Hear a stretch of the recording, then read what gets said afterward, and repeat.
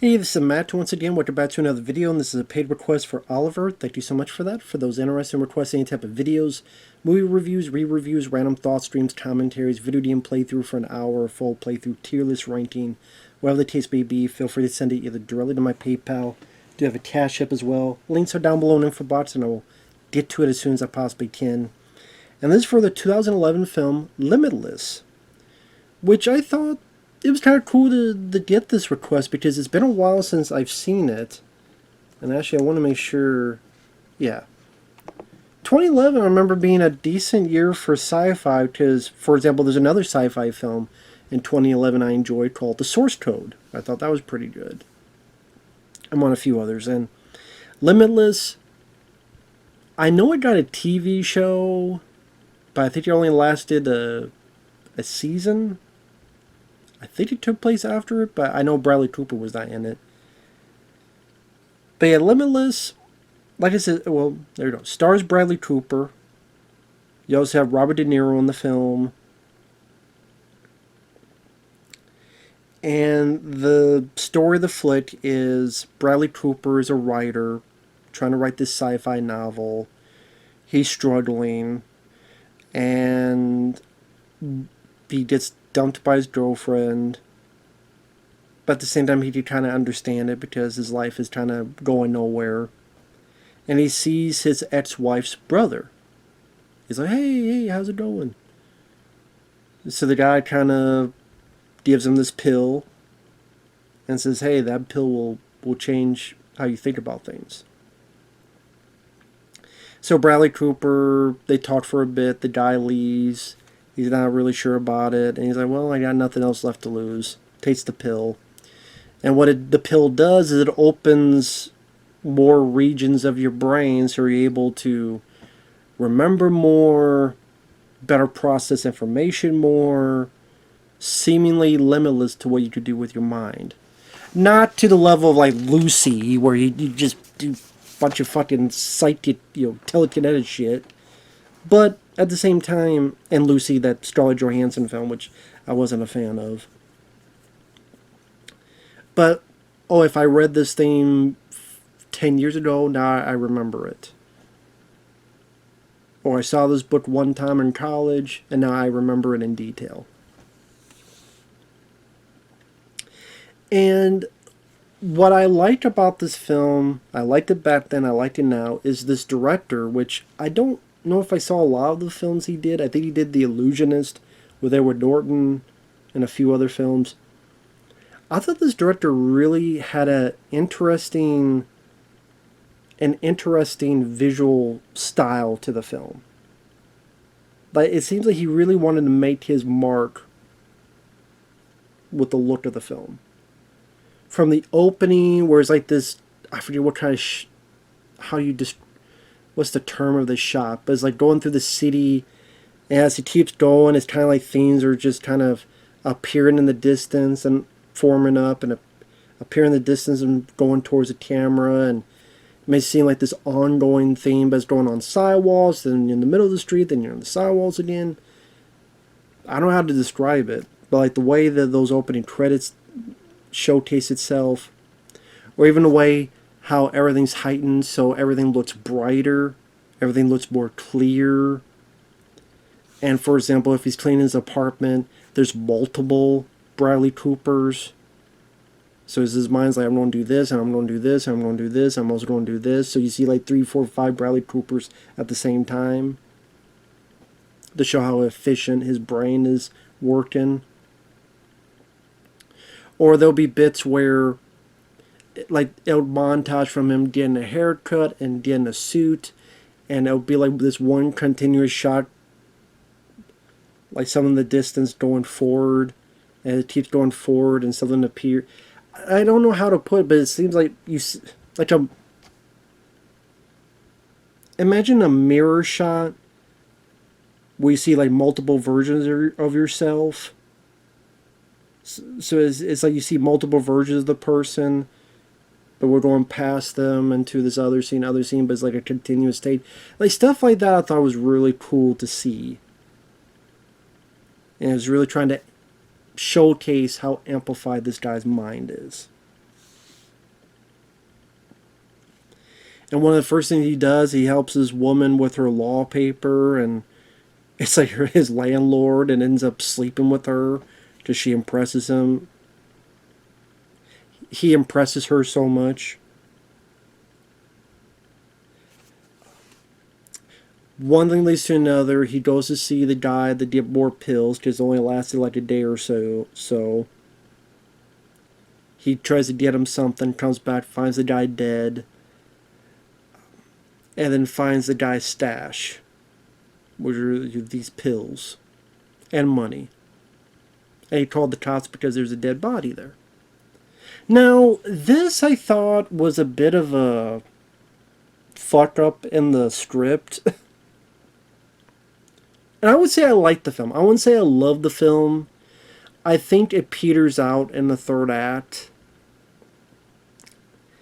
And I don't know if part of me was supposed to say it didn't know where it was going. I mean, I guess it did, but I don't know. It was kind of petering out in the second half to the third act for me. And stuff like this where he finds, if you wonder what this is what I use to clean my glasses. But he has the thing with the pills and the money. The cops are at the door. So what does he do? He sticks it in the back of his pants. And somehow he's able to keep the shit. Now, excuse me, because I'm not a cop. When they get you, even if you say you're a witness and you called it in, don't they still frisk you to make sure you're not armed? Like, just don't move. My partner just wants to check you to see if you have any weapons.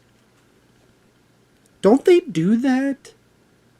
Which then they would find that package. Oh, well, this is suspicious. You have like $100,000 or whatever the fuck in here. And what are these pills? Ecstasy? Is this some kind of drug? They would frisk him to see if he has a weapon or not. Wouldn't you? I mean, I swear a cop would do that. So why they didn't do it for him, I don't know. Someone could like, oh, well, maybe. No, I swear to God, that's what cops would do. So there's no way he would fucking make it out with that goddamn package down his fucking pants. Maybe if he somehow slammed the whole thing up his fucking ass, maybe, but it would fucking hurt because it's a big fucking package. But I'm like, no, like he wouldn't have the shit anymore. I'm like, this is pretty suspicious. Just don't really ask him about it either, as if they didn't find it. But I'm like, what? Come on. Maybe if he like put it in a spot that he knows no one would look, and then he snuck in later, much later, snuck in to grab it and get the hell out of there. Maybe. But I mean, putting down his back of his pants, I'm like, no, I think the cops would fucking find that. So that was like, what? So anyway, he takes the pill like once a day, and he's able to learn French, play piano, finish his book. I think what the fun of it is to kind of live vicariously through a person, where it's the ultimate power trip. Like, what if you could take a pill and you could do like seemingly like anything you want within that day, because your mind would just be open to all possibilities, soak up all information, something you remembered 5 years ago. You saw like one news article, read one news article or one news program. You just remember everything. Yeah, I would take the pill so I can remember exactly what I read in 1992 in Fangoria magazine that I don't have anymore or something. You know, hell yeah.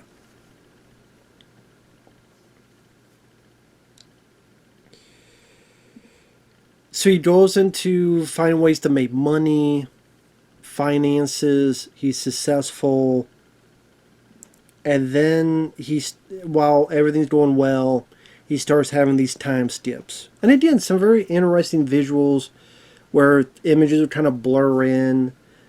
He's here, then he's fucking this chick, but he doesn't quite know who the chick is. Then he's in a subway and fighting.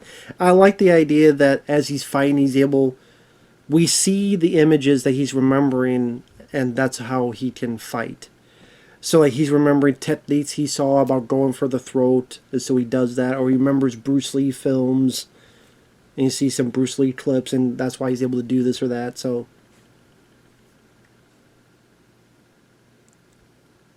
now granted, you have to make sure your body is also trained. So you may know what to do, but your body may not be quick or fast enough to do it for you because you haven't trained properly. Again, it's one thing to know. It's another to, is your body capable enough to do that? But I still thought it was a fun scene. But he's having these time skips and he's wondering what's going on. And he finds out that other people that took this pill, they're either dead or they're sick.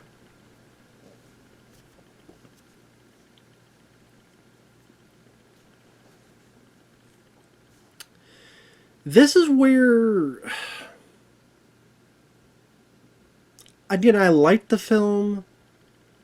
This is where it kind of seems as if, this may sound stupid to people, but it didn't quite know where it wanted to go. And again, spoilers starting now. Because you got Robert De Niro in the film.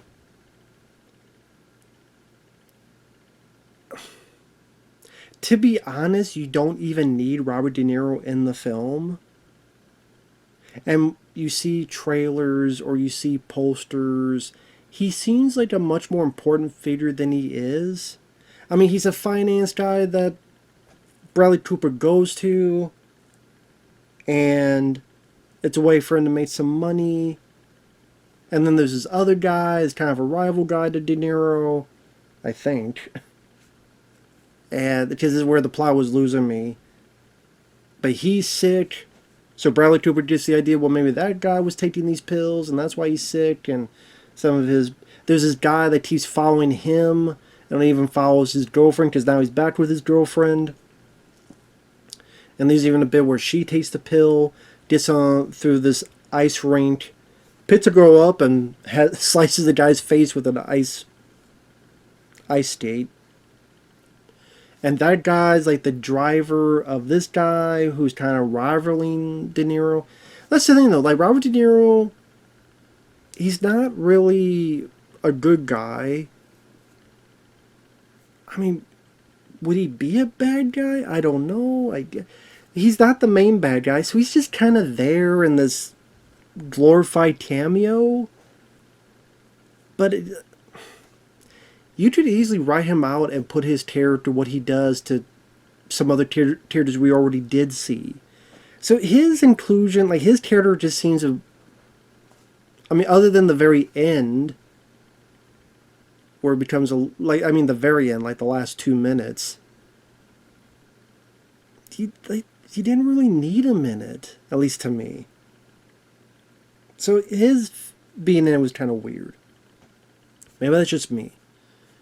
Number 2, okay, it wants to be about you're being sick and dying of these pills. So okay, maybe the story's about he's got to kind of work with, take the pills, I'm successful, but if I keep taking the pills, I'll be dead or dying. And now he's got to work this balance of how much can he take, or is he going to take it, and it'd be like addiction. Just a little bit more time, a little bit more time, a little bit more time, then I'll cut it. If I just do one more deal, then someone's got to stop him. Like any drug addiction, you got to stop when you land at the bottom. Or something like that. But that's not really it. It's this mobster who he got money from for these deals, paid him back, but then the guy took one of his pills and he liked it and he wants more. So the guys want more pills, so then Bradley Cooper has his lab made. Plus he's trying to wean himself off the pills, but then he finds like a way to do the pills and not have the side effects. But then there's a bit where his ex-wife comes by and tells him about, this is before that, weaning off the pills. And then she says goodbye. And I'm thinking, okay, are we going to see this lady ever again? But then we never do. So you would think this whole thing about at the end, I don't know, I'm jumping around, but sometimes I felt like with this. At the end of the film, I'll jump to spoilers.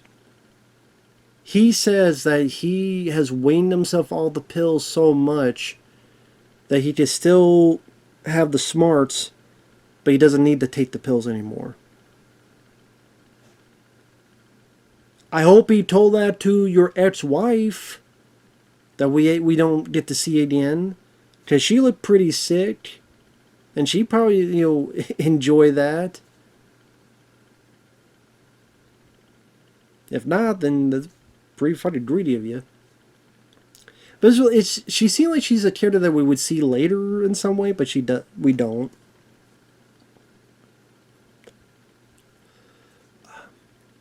Then it ends with De Niro's wondering like what we can do with this guy, and these finances aren't going the best they can, so what do we need to do?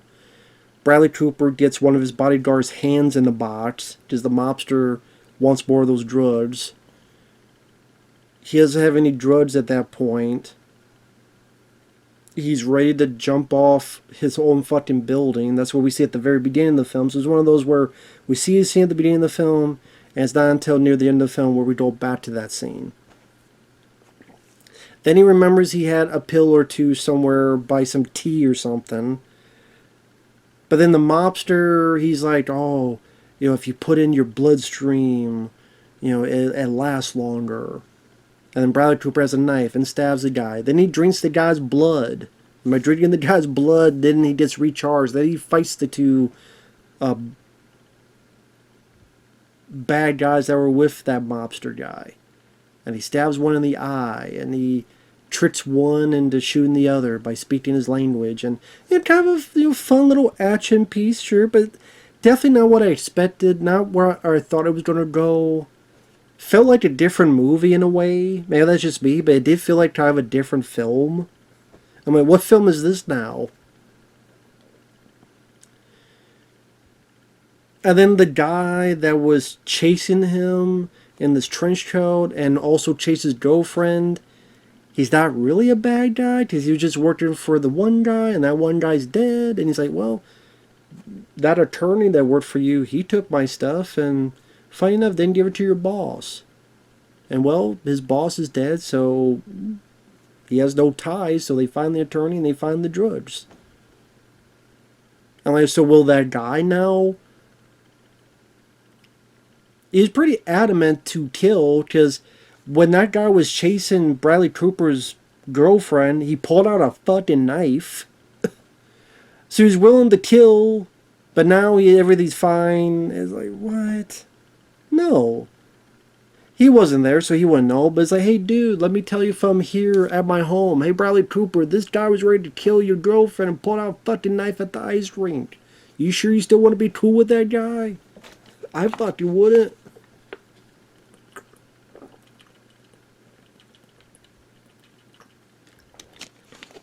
But whatever. Then it cuts to a year or so later, and Robert De Niro's like, I'm going to shut your lab down. You want to be U.S. Senate? You got to work for me. Oh, you can go ahead and shut it down. I don't need it anymore. I'm off it. I weaned it off so much, but I kept my abilities. I'm like, really? Okay. Unless he was lying and bluffing about it. I don't know. I mean, he still has abilities, but it's like, I mean, again, I think the first half was interesting. Bradley Cooper, I don't mind as an actor. I liked him in the first Hangover film. He's good as Rocket Raccoon, the voice of him in the Guardians of the Galaxy movies. A Star is Born, I didn't mind that movie he was in, and I think he directed it. He does a good job here. This made some money. It made a decent amount. Let me check real quick, because I'm curious now. It had a $27 million budget, and it made $79 million in the U.S., and 161 million worldwide. So, pretty good. Pretty good.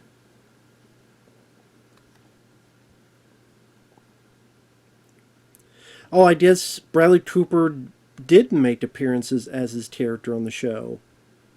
Huh. But it was about a different person. Wow, okay. Kind of weird to make that show 4 years later, where some people may not remember the fucking movie.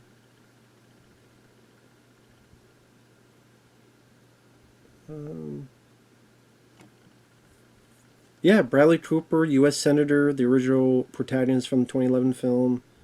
So yeah, he is on the show. He's not the star, but okay, interesting. There you go.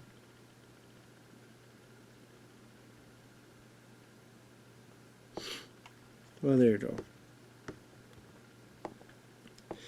So, like I said, I liked the movie. I like the idea. There's been a lot of sci-fi novels and stories you can find about, unlocking the potential of your brain, whether from a flower or a pill, whatever.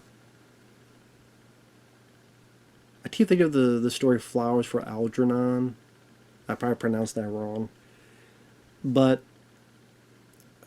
I thought the director gave a nice visual style to the film. Robert De Niro felt kind of unneeded. His character just, I don't think, really kind of fit with the story, at least to me. Maybe it did to others, but to me, just kind of a unneeded bit of it. And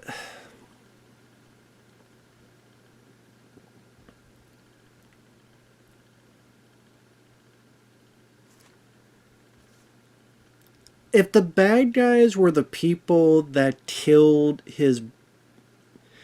the people that killed his wife's brother, that he found the dead body and called the cops, if it was them and just them, the guy who was going after his girlfriend on the ice, and those were the people he had to fight, and then maybe they're both on the pills, so now what does it look like with two? Like, maybe some of them, they don't have the pill, but one does. Or I guess they all would do. Why wouldn't they? Or they don't have the pill. Like, none of them have the pill, and they all grab the pills, take it at the same time, and now you have 3-4 people, Bradley Cooper and 2-3 others, all with enhanced knowledge. How does that work for an action scene? How does that work for a fight scene? Now you could be very creative.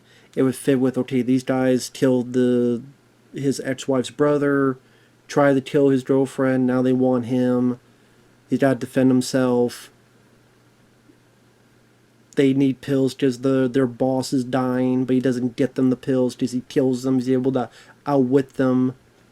They're both smart, but he's able to do better than them. Instead of just like this mobster guy that he got money from and this and that. I mean, it's like you already have one bad guy with the guy who's dying, who's kind of the rival to De Niro and the trench coat guy. But then, no, let's create these other bad guys too. It's like, you don't need that. I just thought it kind of muddied the water for me, and I don't know, that's just me though. So maybe people are like, what are you talking about? I'm just spitballing here. It's just, the way it began was more interesting than how it ended. But it wasn't like an awful ending. I thought the bit where he had the needle in his mouth and stuck the guy in the eyeball, that was a neat scene. This guy only had one eye and then stuck in his good eye so he couldn't really see. Thought that was a neat bit of business. But like the film, like the story for the most part. It just like I thought there's some bits of the script I thought was kind of murky. Like, how the hell did the cops not find the shit that was in his back of his pants? And again, the third act, De Niro's character, I just would not have gone that way for me. But Still a good film. I still think it's a good movie. But not a film I rewatch a whole lot. So with that said, thanks for watching, take care, and we will see you in the next video. Bye-bye for now.